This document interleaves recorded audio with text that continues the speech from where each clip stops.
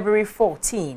Nesanti so okoye Juaboso a opanyina wono no ye kwankyerefo opanyina be de Chedema Forestry Commission no koya na nkane no ya ba na musini ewo sefi Juaboso Martha akwaye menu waboaboa wono ma wonfie kwa animu kakra be ye wo ha ano ya wacheche ska mo se Valentine's Day no wonfani bi kane sefi Juaboso mensini krache. Yes, say we ye Deputy Chief Executive Officer ewo Western North Forestry Commission Martha kwaye menu akwaye manfo a wonfie kwa animu ewo Juaboso mensini ni mu adoye ya ne nyina eka Valentine's Day ya manfo nyina edi ne ho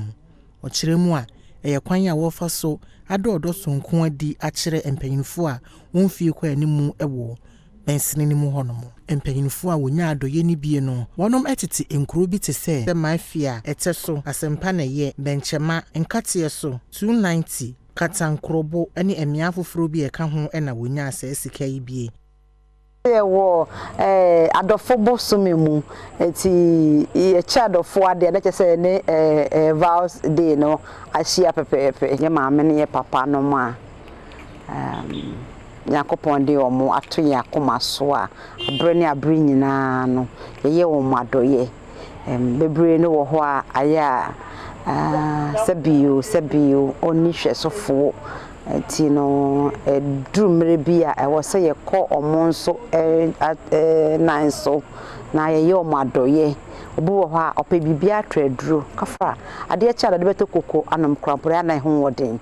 ti o didi no so na wo kai wo mo nso said ye Christ kai no wose wanya ma wunua no wanya ma me nso eno nti na afibia so a matakwaye menu ne mapamfo yekọ na yekokoye omadoye no eno akiri ena wono mu a wonya asa adoye ni bie no ene amane boni etwetwe nkomo esan so dia sida piesie maami e wo do a wayi a kire wo no na wo mche san maami lege e kuso ke bia ko bia ye bomba ye ma ye mantem bia Yesu Kristo idumaniti amen bare adoye kaninga bo ayo maami nyame ni ase bo ente so yi ye fam da ase pa na hwe biara mbam gire nyame yala ye nche biara me da ase bibiri bo ayo maami me nya so pa bia onya do ye sa